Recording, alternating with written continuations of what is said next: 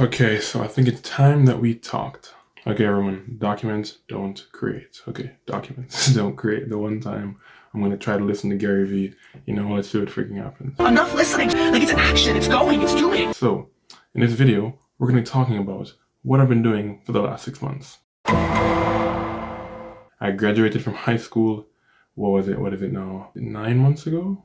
Let's say I graduated from high school 10 months ago now, 9 months ago. Either way, I started my gap year in September, technically, because that's when I would have started school. And so I've gone September, October, November, December, January, February. So far, I've been away from school for 6 months. And it's just like, it really has been quite the experience so far.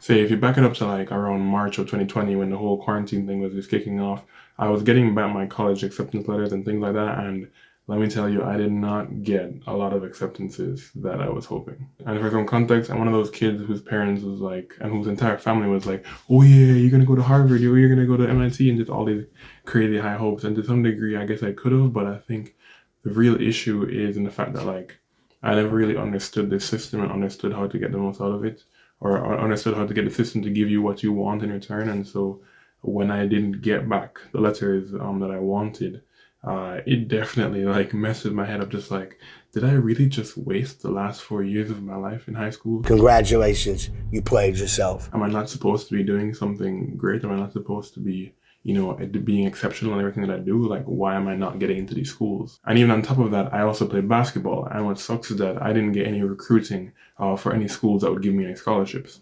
And so it's just like, man, so I put all this time and all these hours into doing all this work and doing schoolwork and trying to take all these honors classes.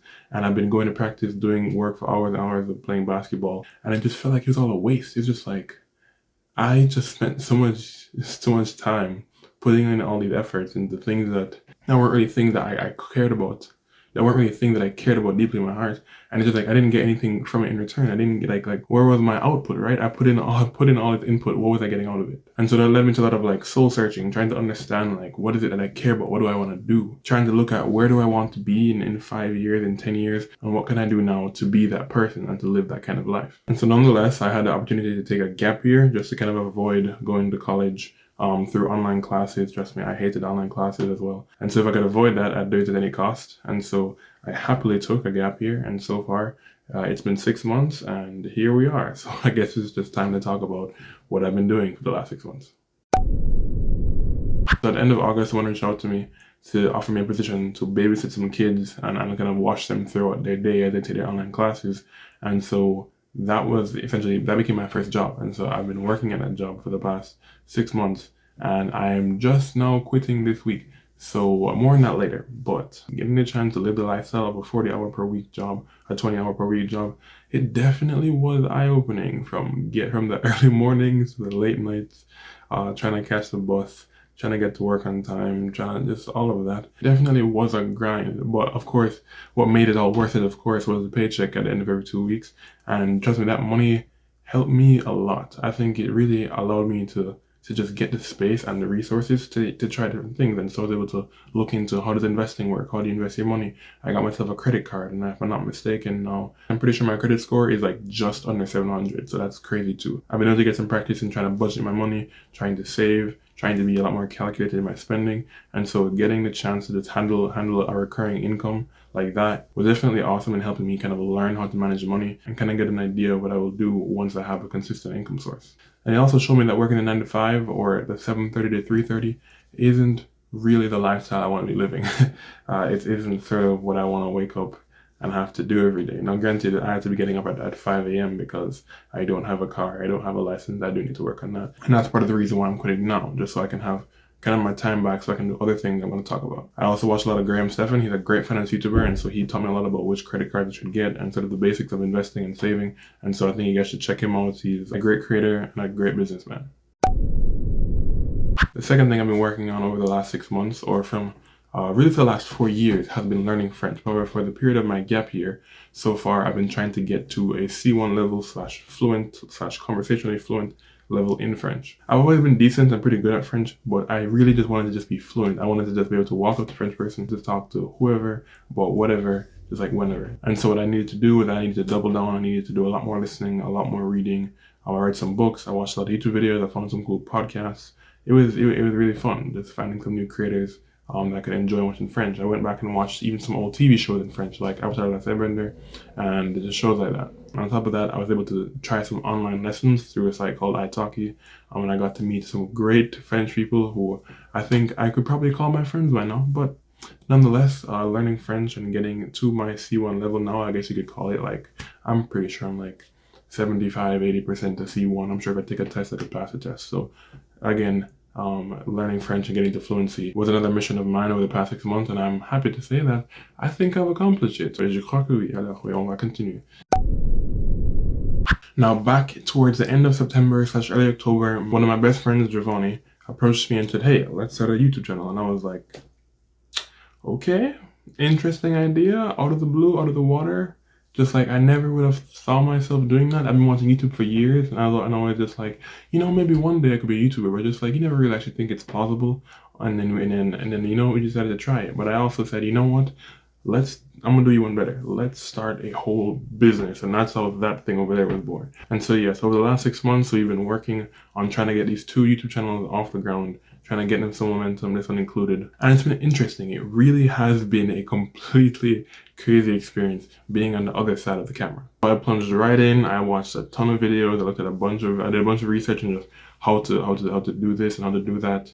I invested a lot of time into understanding how the equipment worked, how to turn my phone into a camera, how to get proper lighting, how to get good sound. I probably invested a bit more money than I needed to. But nonetheless, any YouTube video that I watch right now, like I notice every single edit, every single cut, every single sound effect, like it's all just like swirling in my brain now. It's just like everything that YouTubers do now just become obvious to me now that I've been trying to do it for the past couple months now. And so it's been fun. It's had its ups and downs, caring about the numbers a lot and trying to, get growth and trying to get off the ground.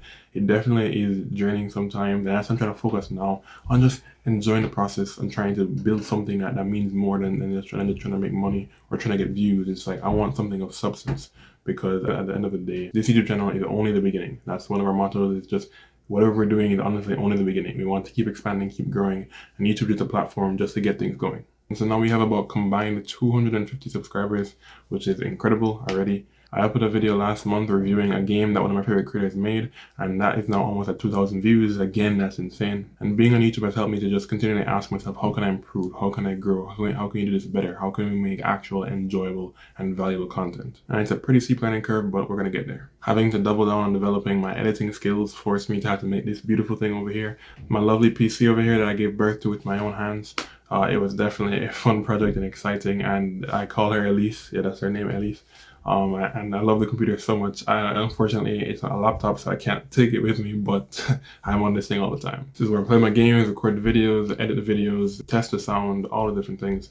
And so I would not be anywhere without this lovely computer right here. Building a computer for the first time was also something I wanted to do for a while, and I've now been able to do. Giovanni and I also released the first episode of our new podcast, which is called In Mindsight, and it sort of goes through the behind the scenes of Hero and kind of what we're thinking and like our mindset and where that's at. And so if you want to check it out, there's a link in the description. And while you're down there, don't forget to hit the like button. And if you haven't already, then please subscribe.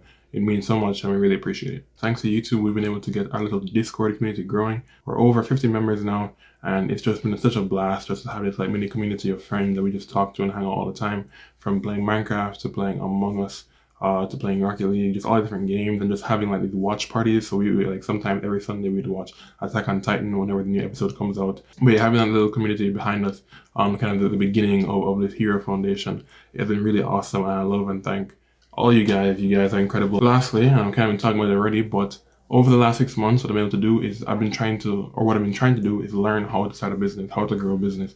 Like, how does being an entrepreneur in 2021 and 2020/2021 work nowadays? So far during my gap here, I've read 3 incredible books, from The 4-Hour Workweek by Tim Ferriss to Can't Hurt Me by David Goggins, and I just finished reading The E-Myth by Michael Gerber, and all 3 of them have brought some crazy, incredible insights that have just allowed me to just sort of rethink this whole process and give me a lot more confidence in what I'm doing and how I can proceed forward. And then trying to understand how can I apply all those things onto Hero, because Hero is much bigger than a YouTube channel, or at least we want it to be, and it's destined to be something that is way bigger than some YouTube channel.